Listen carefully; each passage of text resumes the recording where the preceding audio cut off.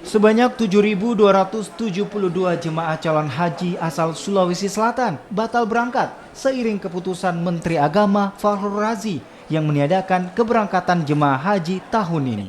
Keputusan diambil karena alasan kesehatan dan Arab Saudi belum membuka akses masuk dari negara manapun.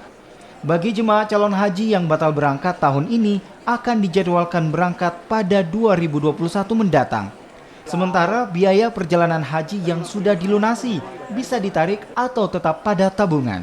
Jika dilakukan penarikan hanya pada pelunasan saja dan tidak menarik seluruh biaya karena dapat membatalkan kuota. Kemenag Sulawesi Selatan memastikan tahapan manasik akan tetap berjalan sesuai dengan yang diagendakan.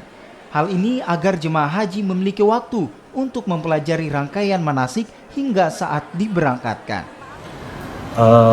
Perlu kita mengetahui bersama bahwa kebijakan pemerintah Republik Indonesia ini sudah melalui tahapan dan kajian.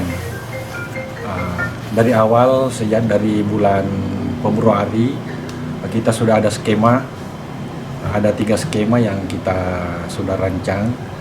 Kemudian saya juga menghimbau dan mengajak kepada seluruh masyarakat kiranya tetap bersabar dan melakukan ikhtiar dan doa.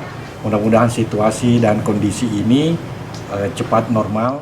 Kemenag Sulawesi Selatan juga berharap jemaah haji mengikuti kebijakan yang dikeluarkan pemerintah dan tidak berangkat melalui jalur lain karena dapat merugikan jemaah haji itu sendiri.